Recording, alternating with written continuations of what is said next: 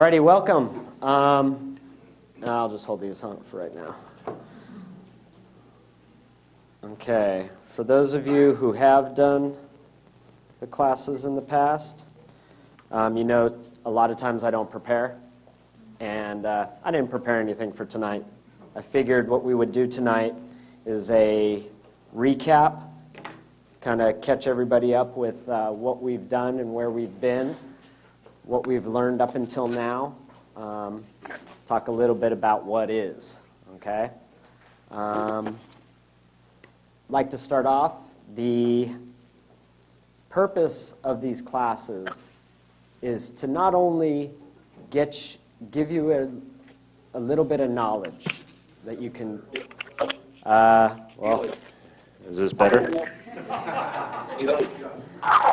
All right, I'll try to speak up so you guys can hear me. Can everybody hear me? Can I speak like this? Okay. All right, the purpose of these classes, the reason why I'm doing these, why we put these together, is to get a little bit of knowledge out there so that you guys can not only get yourselves out of any predicaments or situations you may have, but so that you may also start to focus out on the community and give back and create something better.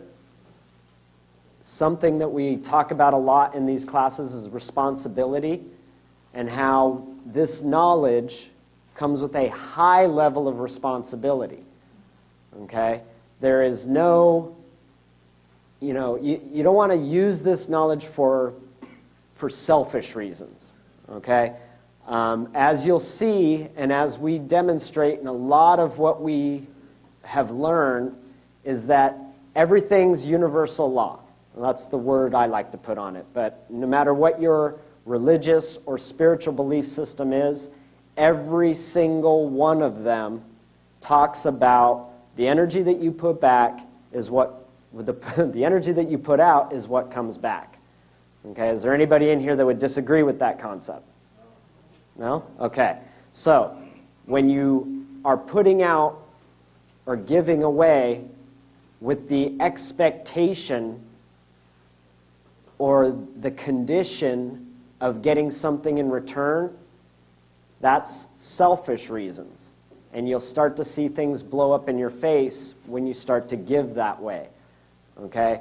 I know a lot of you may be new to some of these concepts. Some of you have already gotten returns and things like that based on some of the technologies we've discussed. Okay? But it's what you do with that once you've gotten it that's going to really put you into harmony or balance with the world. Okay? Sharing this information is good, provided that when you share it, you also give it in such a way that you convey the message that this is something that requires responsibility. Okay? Being responsible is the most important thing when using these concepts and these processes and procedures that we discuss. Now, being responsible is also covers the way that you act with people, the way that what your intention is when you speak to people, when you act with people, when you interact with people. Okay? When you may, some of you, and I've gone through this personally, you may be confronted and challenged on your position by agents of the government, the Treasury Department, IRS, CID. Anyone not know who CID is?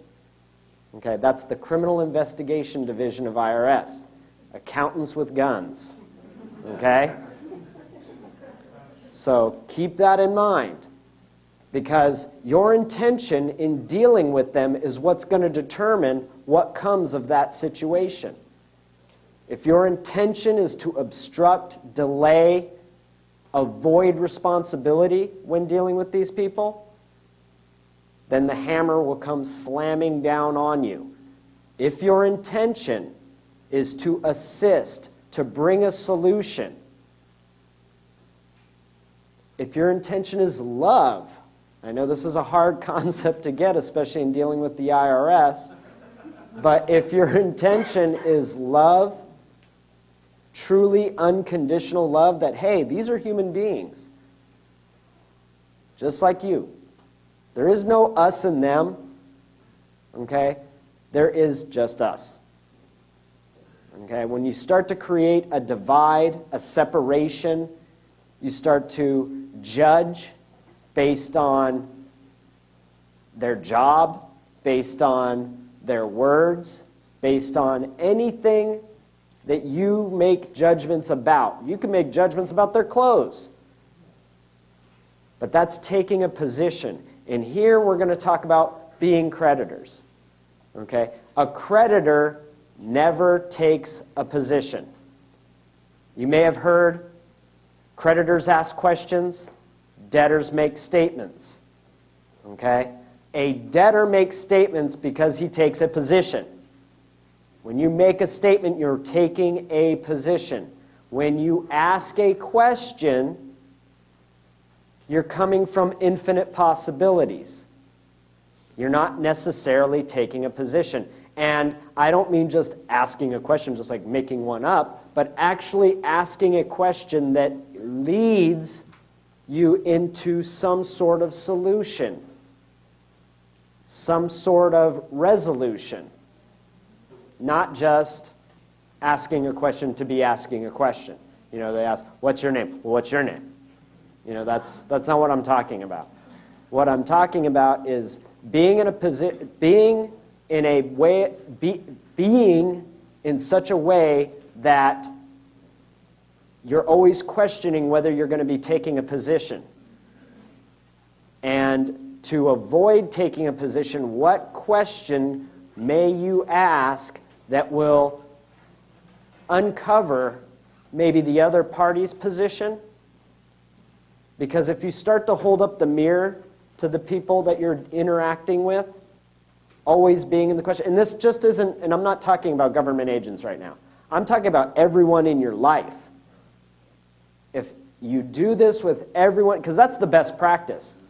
You want to do well when you get confronted by a judge, a prosecutor, a IRS agent, Treasury agent, FBI agent, police officer. You want to do well when you're dealing with those people. Well, practice with the people in your life. When somebody confronts you on something, makes statements about you, challenges you in such a way that you automatically get defensive. If you got defensive, you took a position. You're making up that whatever they're saying has some validity to it. Is there anyone here that would agree with me if I called you a piece of crap? Okay, there's a couple. So you're taking a position, right? Now, you can either take offense to it, get defensive about it, or ask the question, is this about me? Or is this about a position that this person is taking on me? A judgment that they may be making? And what question can you ask this person to kind of hold up the mirror and see where they really stand? Because if you ask the right question, it's going to uncover their position. Okay? And as a creditor, you don't want to take a position. You want to be always coming from infinite possibilities. Now, in my point of view, my belief is that anytime you get two or more people interacting, you have a commercial situation. Commerce is happening. Whether or not money is exchanging hands, whether or not services are being provided, anytime you have two people interacting, there's a commercial situation there. There is a creditor and there is a debtor.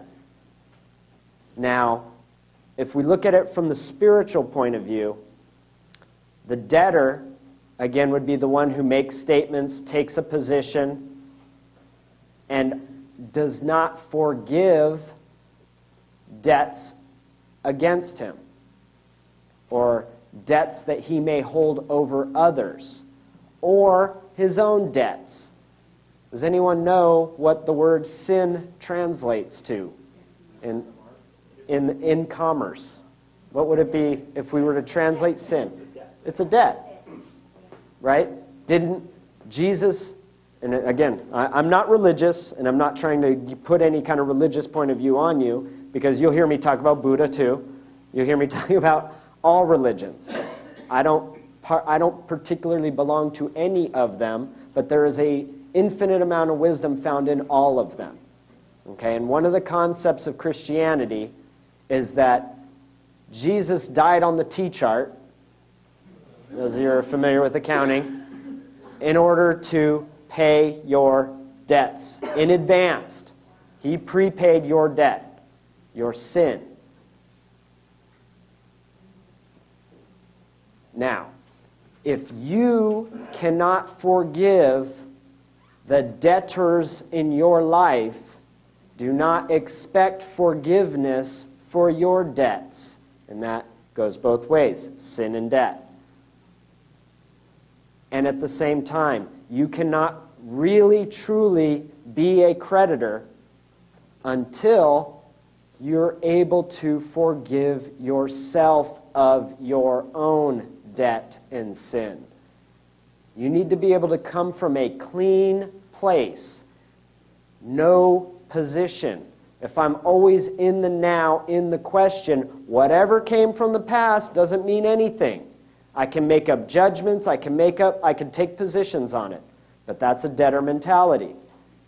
If I'm truly going to be a creditor, I need to be able to leave everything that's not in the now away. I need to let it fall away. I'm not going to make up anything about it. I'm not going to take any position on it. I need to be able to forgive myself and forgive those in my life. Okay? These concepts, these processes, these procedures that we are going to be discussing over the next 12 weeks, if you do not get the spiritual side of this, if you are not coming from being a creditor, then a lot of this will blow up in your face. I can't even tell you how many times someone has got themselves into a situation taking on a process or a procedure that they did not understand and they did not want to take responsibility for, and the minute they got challenged, called me up. Brandon, you said this and this happened. Oh my God, what am I going to do? Is that being responsible? So take that into consideration, because guess what? I get way too many phone calls and way too many emails to save any of you. I'm not here to be your savior. What I'm here to do is show you how you can be a savior. How when you are ready to forgive yourself of the debts and sins of your past and come from infinite possibilities in the now, and forgive others of their debts and sins and come from infinite possibilities in the now, that you can be the Savior and create a world that you want. And if you're coming from the heart and unconditional love, think of the possibilities of what we can create. Especially when you guys start to see that there's processes and procedures out there that money is not an issue. The number one fear that holds everyone where they're at. Who here is content with their life exactly where it's at? You lie. You lie because you would not be here if you were. Okay? Now get truthful with yourself, because I'm here to tell you, you'll never be content. That's not the point. Even when you figured out all the money thing and you're like, okay, fine, cool, no more fear about scarcity. I can live in abundance. Guess what? You're still not going to be content. You will never be content. The day you're content is the day you die. You're gone. You're content. No further drive to live because you've achieved or reached something. And I'm here to tell you, being a creditor has nothing to do with ever achieving anything. You will never achieve being a creditor. There will never be a time in your life where you will not be a debtor. You will always have that.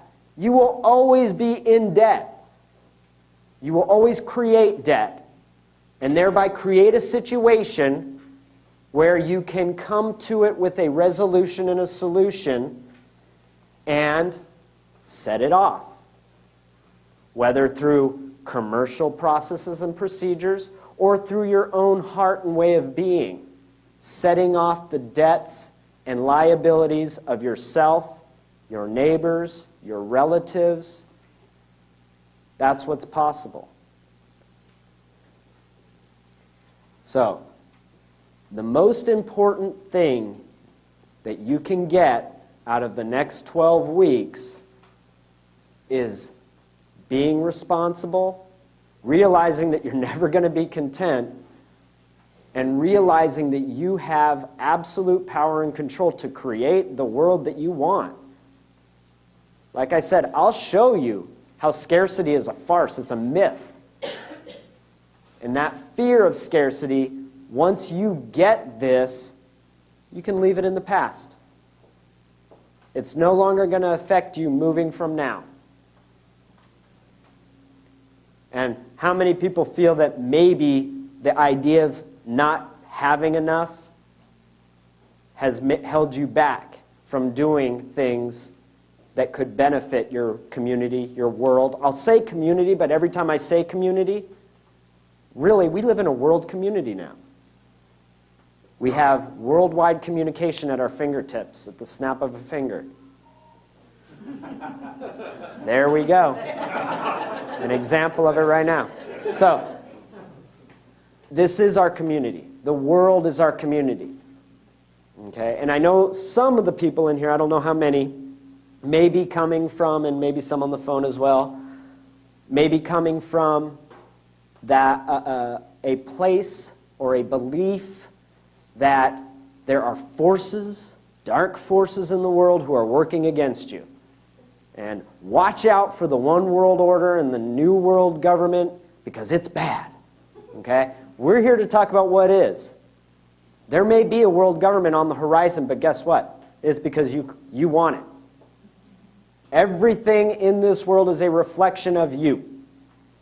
You see war in the world, you got war inside of you. You see poverty, it's because you have scarcity. Okay? So everything that you see is always a reflection of you. The world government is coming. Is it good?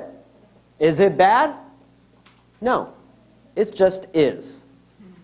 You can make a judgment, you can take a position. But in reality, it is not bad and it is not good. It is not right and it is not wrong. Those are judgments. Those are things you make up about everything in your life. You could say, oh, my sister, she's bad because she does these things. My friend, he's a jerk because he does these things or because he said those things. No, he just said those things. It's neutral. You make up good, bad, right, wrong.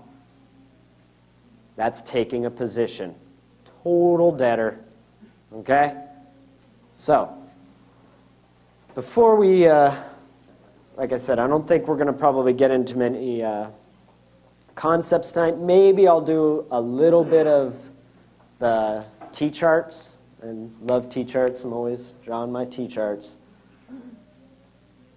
Maybe we'll talk a little bit about, here we go. We'll actually take a spiritual concept off the T-chart, and understanding it can take us into understanding what we will be discussing when it comes to the banking system.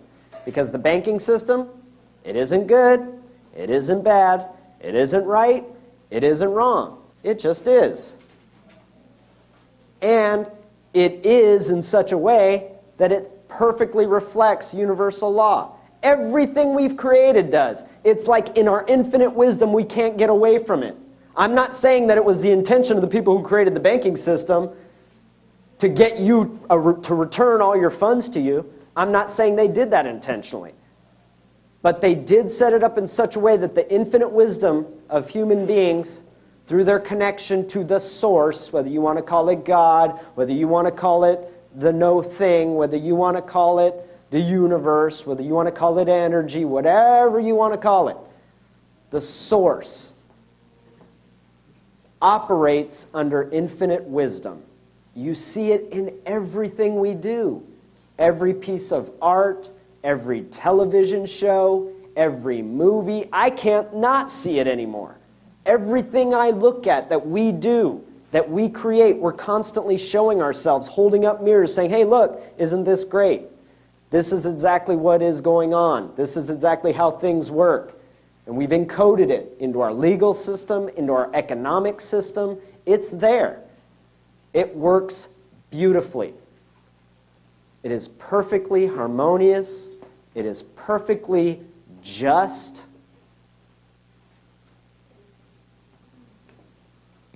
So, the T-chart. On the T-chart, you have the asset side, left-hand side of the T-chart.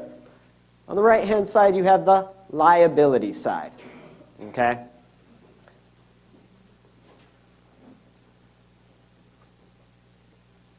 Now, we were talking about giving from the heart. What usually comes after giving, or is a direct result of giving? Almost like you can't separate them. Receiving. Is receiving the same as taking? No. So, if T-chart 1 here represents myself, and T-chart 2 over here represents one of my brothers or sisters. Okay. And I give something, or not necessarily a thing, but I just give, whether it's love, consideration, communication. It's funny, I used to be a bartender years and years and years ago. And I used to make a lot of money as a bartender. And my secret was I talked and I listened. Because most of the people coming into a bar, that's all they want. Someone to talk to and someone to listen to them. And when you actually listen to what they're saying, really listen from the heart, get a lot out of those communications. Okay, so I give of myself to person B. I'll be person A. Although most of the time people call me B. So, I give from my assets here. I've got some assets, and we'll give it a number. And I give some of my assets over here to B. Now, since B was just in receipt, we could say that B now has a liability because they've received something. They've received something that wasn't there originally, whether it was the consideration, something physical, something non-physical. So we'll give person B a liability here. But because the asset that they received is there too, they're really balanced. They've got a zero balance in their account. Okay? And something you'll find with the double entry bookkeeping system, this is a perfect reflection of universal law. Double entry bookkeeping says there's harmony. Harmony is balance. So B is in balance. Okay? Now let's say this over here, this T-chart, what is it called in the Bible? The Book of Deeds? Some of you who are more into the New Age, you've heard of the Akashic records? Akashic records. Okay? It's kind of like a recording system of everything that happens. And those of you who are religious, you've heard, St. Peter, he's got a book. If you're a Christian, he's got a book and he's keeping a list. All the good, all the bad. Those of you who may participate in the ancient Egyptian religions, it's Horus and Set. They act as the prosecuting and defense attorney at the time of your death in front of Osiris the judge. Christian system could be the same. Satan would be, or Lucifer would be the prosecuting attorney. Jesus would be your defense attorney. And Jehovah, or God, whatever you want to call it, would be the judge. Okay, so we've got a little bit of balance over here. Now, the Book of Deeds, or Akashic Records, or whatever, we're going to say that this kind of keeps track of everything that happens out here when there's giving and receiving. Okay? Now, because I gave without expectation of receiving, I didn't give in order to receive. I just gave. And I didn't necessarily receive anything. But have you guys ever heard the term, receiving is in the giving? Like, doesn't it feel good to give? Okay, well then you're all receiving when you give. Some of you even are takers when you give, because you give intentionally to receive. You go out and you buy tons of Christmas presents for everybody, because you love to give, and it feels good when you give. Okay, so we're going to say that because I gave, I now have a liability. Okay, but because I was the original source of the giving, okay, so I'm balanced. Person B is balanced. Book of Deeds over here is going to record a transaction.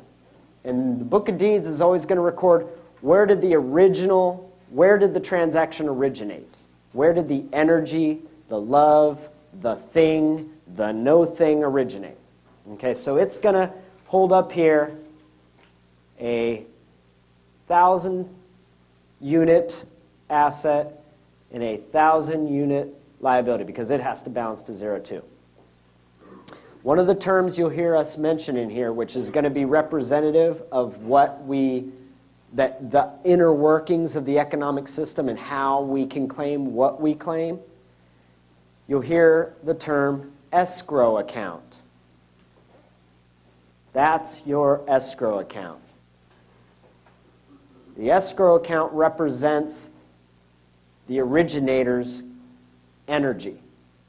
If I gave 1,000 units of energy, well, up here in this escrow account was recorded the energy that I gave. And it's just being held by a third party. Now, because someone else is holding this, or someone else is recording this, and I was the originator, ultimately, in the end, what happens to these deeds, or these units, or these things that have been recorded of what you were the original issuer of? Don't they come back? Shouldn't everything make a full circle? Doesn't that seem to be harmonious and balanced, kind of be in sync with universal laws, spiritual laws, however you may know them? So everything comes back eventually.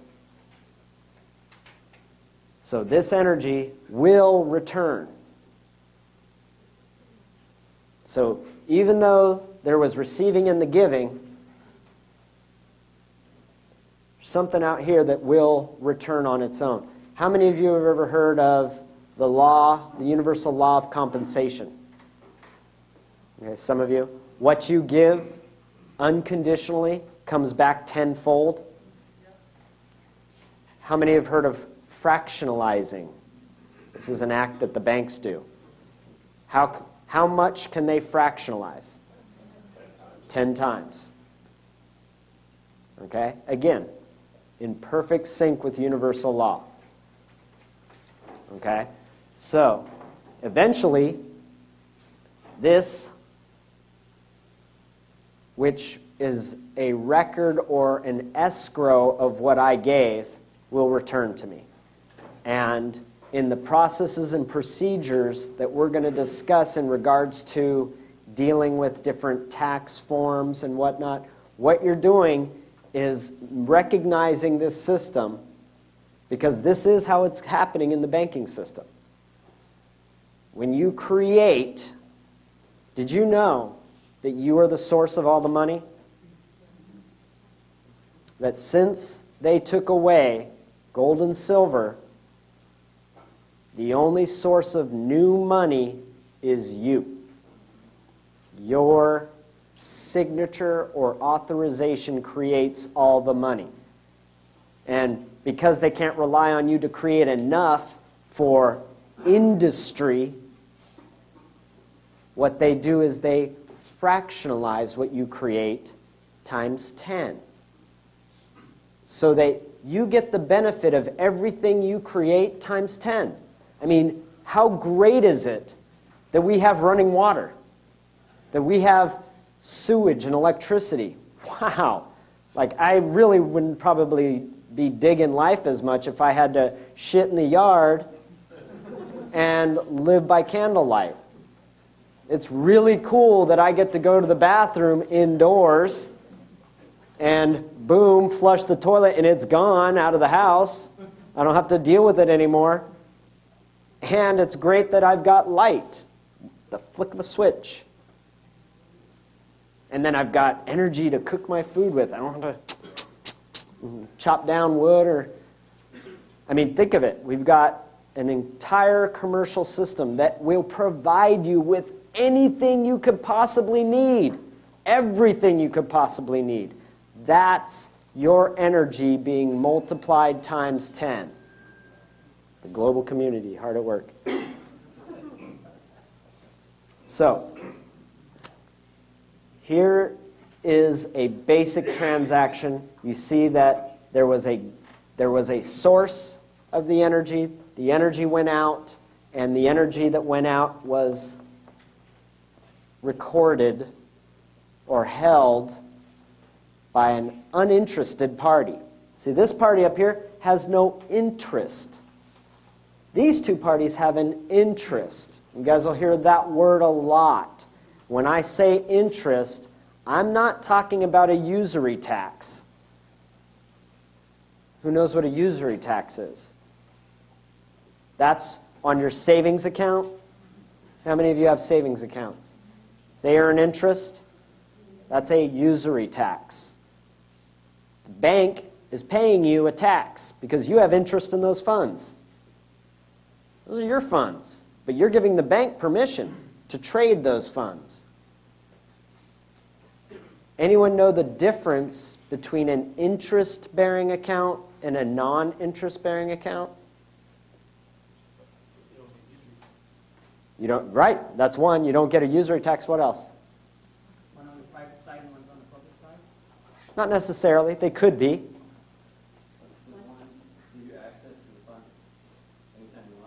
Both of them do. One's backed by FDIC. Anyone know what FDIC is?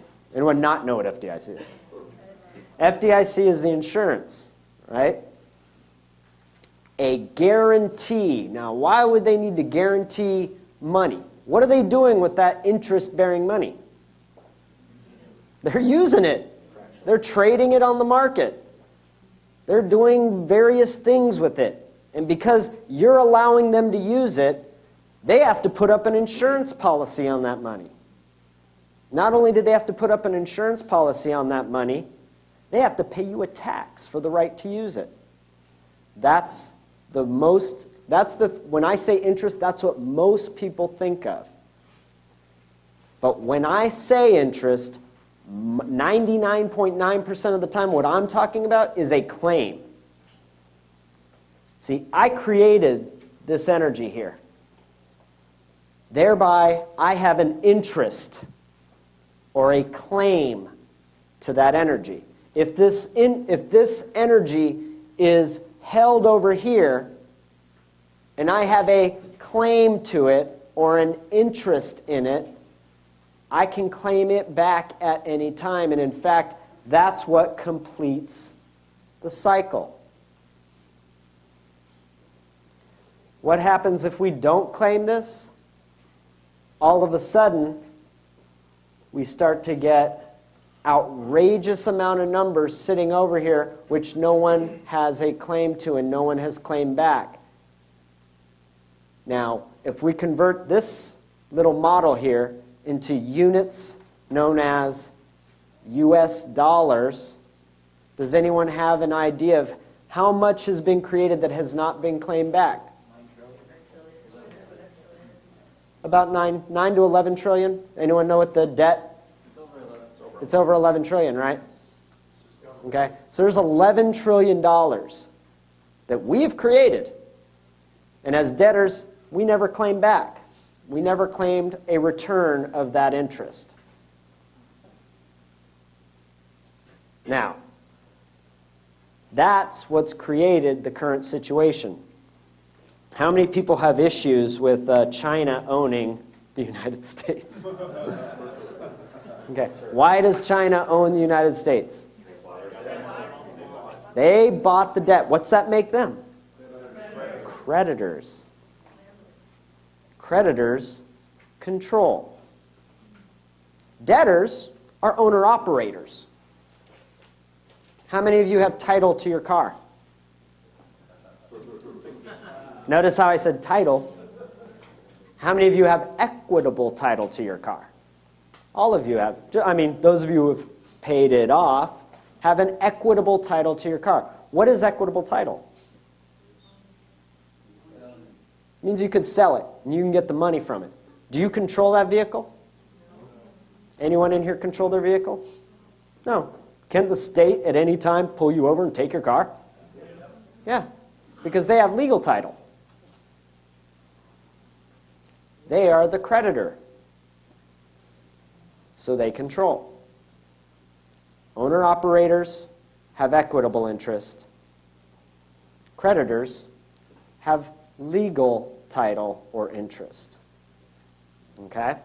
So we have what's called a split title system. Those who are creditors hold the legal title to things. They control. Right now, China is our biggest creditor. So they have quite a high degree of control over what happens in the United States.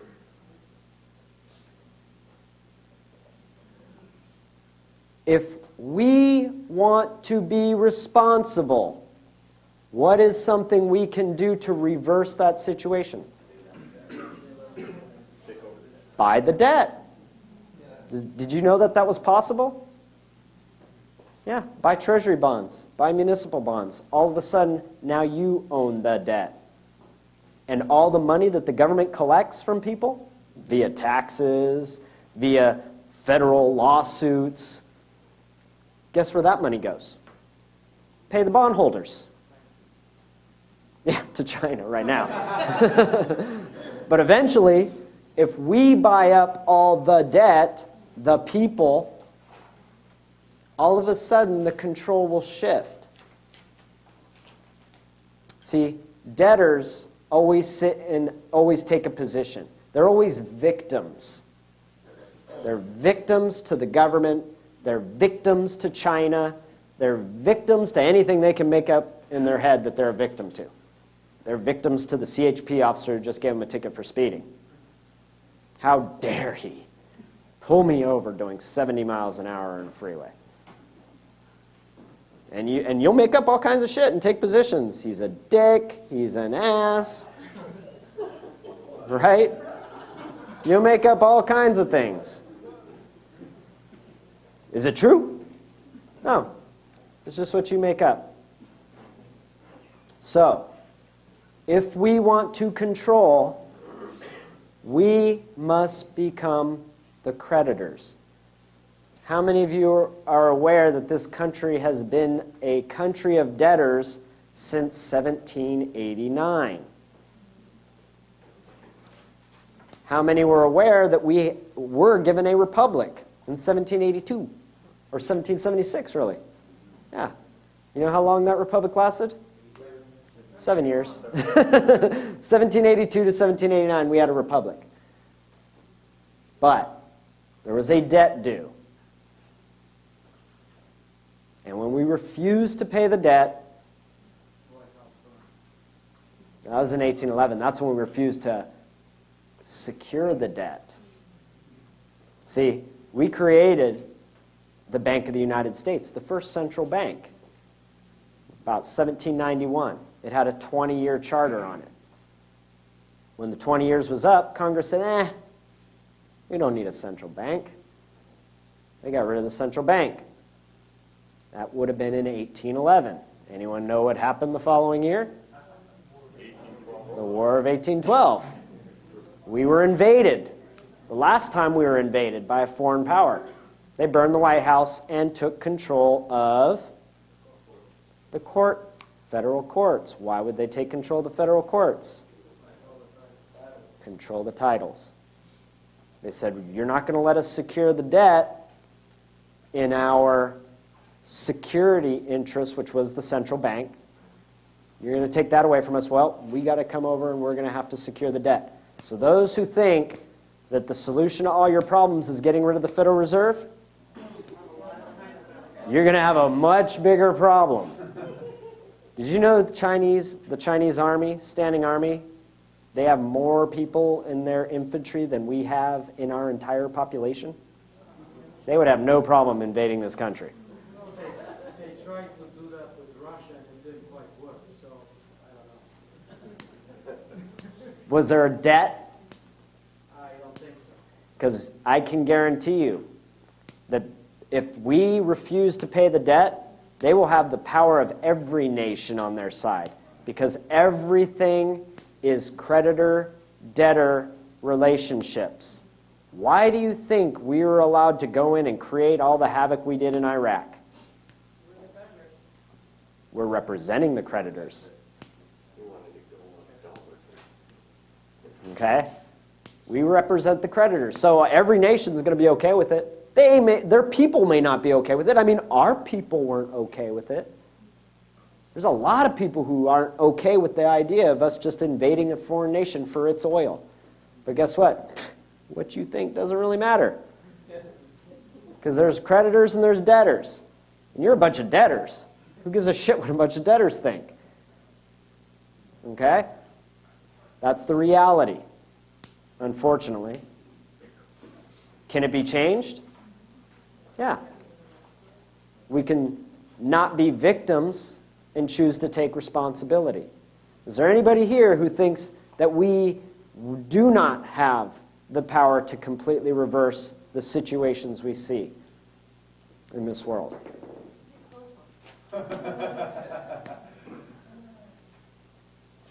Okay. So when we get into the whole banking scheme and how things work, this little system will make sense. And like I said, it's universal law. It's nothing extreme. It's nothing out of the ordinary. It makes perfect sense that the banking system works the way that it works. And it makes perfect sense that creditors control. Because if you look at all the spiritual laws as they've been laid out in all the religions, the creditor controls, and actually in most religious stories, the debtor is usually a slave. Did you know? So most of you are aware that there was a republic and a democracy, and that the republic went bankrupt in 1789. How many of you know that there are two constitutions? There was the original Constitution, which secured the debt. Then we got a new federal constitution in 1860s. What changed in the 1860s? Civil War, states' rights, state sovereignty. What happened to state sovereignty? They lost it. How did they lose it? Well, they had signed on the Constitution. They had secured a debt that they refused to pay, and a bunch of states decided they wanted to secede without paying the debt. Have you guys heard about, Texas, Vermont, There's like 4 or 5 states right now talking about seceding from the Union. You think that's going to go over well? Because I guarantee you they haven't paid their debt. How many of you have heard that the Hawaiian Islands are now a sovereign nation? Yeah. They have their own constitution and everything. The Kingdom of Hawaii. Is there still a state of Hawaii? Oh, yeah. And how long will there be a state of Hawaii? Until they pay their debt. So the Hawaiians, just because they created a new sovereign nation, didn't get rid of the state of Hawaii. Because the state of Hawaii exists to secure a debt. And until that debt is paid, there will be the state of Hawaii. How much is their debt? I don't know. Let's start with Hawaii. Let's start with Hawaii. Start with Hawaii. Everyone move to Hawaii. Yeah, because I imagine California, actually California could probably, well, it really, if you think about it, California is one of those states where we have everything. Like, we have enough resources, abundant resources, to not only take care of everyone within the state of California, but really to have quite a trade revenue as well. Yeah, we could put out enough output as far as services, food, products, manufacturing. We could become a powerful sovereign nation if we paid our debts. Did you know that the United States, that was created by the Constitution, that's not a state? You know, a state doesn't quite mean what... See, most Americans, because we grew up with 50 states, we think a state is something subservient to a nation. A nation is a state. What's Hillary Clinton's title? Secretary of State. It's not Secretary of Nation. It's Secretary of State. The United States was originally a society, an organization, a union of nation states. Each state was its own sovereign entity who got together and decided, we're going to create this federal entity to have a military, to provide for the common welfare, defense, and to secure our liability or our liberties. Sorry, liabilities. Same thing though. So we've secured our liberty. The Constitution was a debt security. Who has the original? Anyone know? I don't know. But I can guess, since the person who paid our debt was the King of England. Isn't that funny? We fought a war against the King of England, we incurred a debt, and he came in and said, hey, you want me to pay that debt for you? Because he knew creditors control. It was an easy decision for him. He's all, 13 mil, yeah, I'll pay that. Now he's got control. So, something, again, when we talk about the moral and ethic points of being a creditor, if you truly want to create something better, you're going to take this energy that you are able to harness and pay debts. Pay the debts of your brothers and sisters. Pay the debts of your city and county and state. Pay the debts of your nation. You can pay all those debts by just buying bonds. You buy the bonds, you earn the revenue from their collection. Did you know that most of the revenue earned on municipal and treasury bonds is not taxable? Who does the IRS work for? The creditors. And if you're a creditor, who's the IRS working for? You. So guess what? They're collecting taxes to give to you. That's why a lot of those bonds don't have tax liabilities attached to them. Alrighty, we're coming up on 8:30. Did we want to do a break? 8:30? Brandon, can I get a little history on your background? I don't know anything really about you, first time heard you speak, and why you decided to study this in such detail. Okay, no. No, he's not. No, I'm not an Aquarius. I'm a bull-headed Taurus. Alrighty. My history and background? Really, not a lot. I have no college degrees. I mean, I made it through high school pretty good. And I attended a couple years in college. But my entire life, I've had a drive to understand everything. That's just how I am. It's how I'm wired, so to speak. So I can't not study things. Whenever a new subject is presented to me, I study it thoroughly and completely. And I don't take any one person's word for anything, as none of you should take my word for anything. I'll be the first to tell you, I don't know shit. Okay? I don't know anything. I'm the guy who knows he knows nothing. Okay? Yeah. That's us, dude. So, my history and background is, I've done computer programming. I've run a couple different businesses and things like that. I don't think I've actually been an employee since probably 96. I worked for I think the last job I had was working for a distribution company. I set up their entire system as far as incoming, outgoing materials and warehousing and shipping and receiving. And then after that, I created a couple of computer-based companies, internet-based companies, things like that. But like I said, I've always been driven to understand things. I mean, outside of economics, I mean, you give me the subject of carpentry. For years, I was convinced I was going to be a general contractor, carpenter, roofer, because it excited me. It was a new subject that I had not been exposed to before. And so, I mean, just everything about it, especially the science of it, the geometry of it, all the different elements that went into it, it really intrigued me. And that's how everything is for me. Like even religion. Like I decided, well, I'm not going to take one religion's point of view.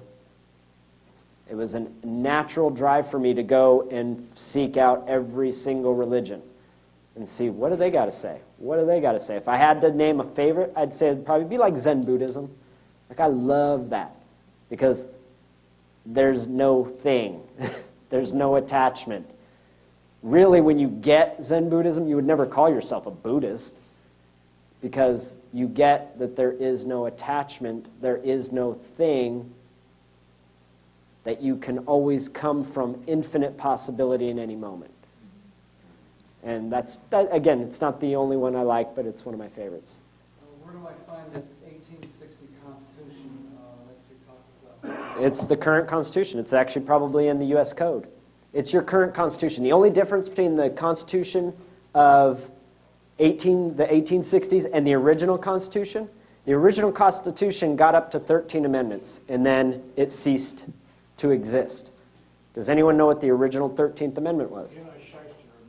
The Anti-Shyster Amendment. It's no titles of nobility. Okay? But when they created the democracy, which is a military-run government, on top of the republic, because the republic was insolvent. It was bankrupt. So they created this military democracy to go on top of it. And this military democracy, how do things work in the military?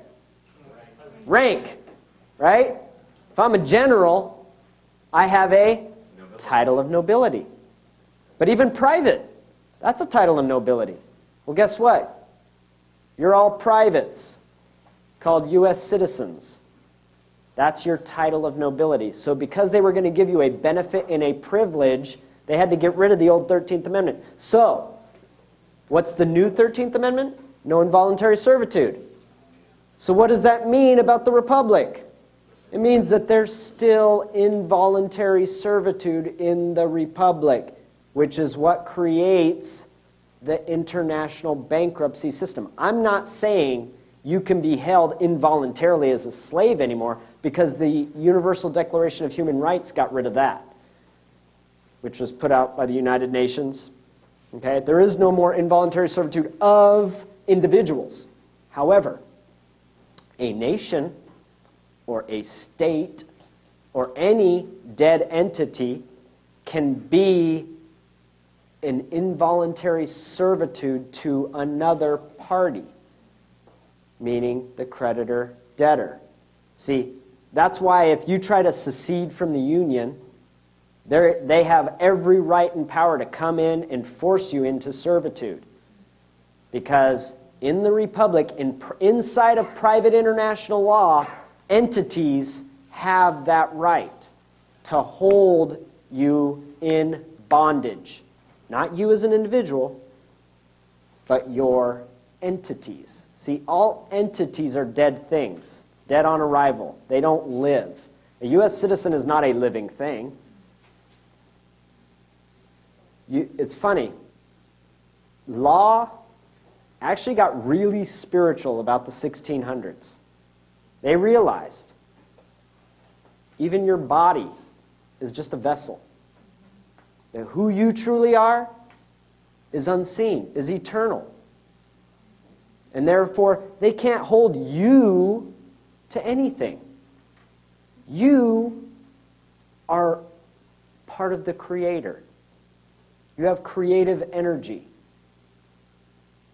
And because of that, they recognized that in order for there to be order, they created a system by which we act through entities, legal identities. See, you may think your name is whatever, whether it's all uppercase, all lowercase, Egyptian hieroglyphics, whatever. That's not who you are. That's a legal identity. That's a vessel. It represents a vessel. Are we getting short on time, Max? It looks like it's blinking. 5 minutes? Okay. Is the entity the same as the straw man? You've heard it, how many have heard the term straw man? That is an entity. Okay? But whether you're talking about all capital letters or uppercase and lowercase letters, they're both legal identities. They both represent a vessel. The body is a vessel. All documents in commerce are vessels. This is a vessel. It's a vessel in the sea of space. Okay? And therefore, we converted over from what was known as law of the land, the Old Testament law, where an eye for an eye. That law was done away with, so to speak, or became secondary to the law of vessels, or the law governing the interaction between vessels, which is the law merchant, or the law of the sea. It's the law of the sea that gave you negotiable instruments. Negotiable instruments did not exist until the law of the sea existed. Negotiable instruments include checks, credit cards, debit cards, money orders, bills of exchange, such as Federal Reserve notes. That's, that stuff you carry around in your pocket. It's green. Has dead people on it. Okay? Those are all negotiable instruments. And the right to deal, and the fact that you deal in negotiable instruments means that you know that you're operating under the law merchant. And therefore are in contract in everything that you do. Contract has nothing to do with the signature on a piece of paper. Did you guys know that? Contract is purely by performance. The fact that you may sign a document that says, here's the terms of the contract or the agreement, and we're signing on here to agree to that, that's the memorialization of the contract. The contract is, for instance, I'll give you a contract that you enter into all the time. You walk into a restaurant, you grab a menu, you order from the menu. Guess what? You're in a contract. You will pay for that food, or you won't. And that's called a dishonor. But the fact is, you ordered from the menu. Thereby, your performance dictates that you agreed to the terms of the contract. You agreed that at the end of the meal, you were going to be presented with a check, and you were going to discharge the liability on that check. That was the contract. We need to change? Why don't we go ahead and change?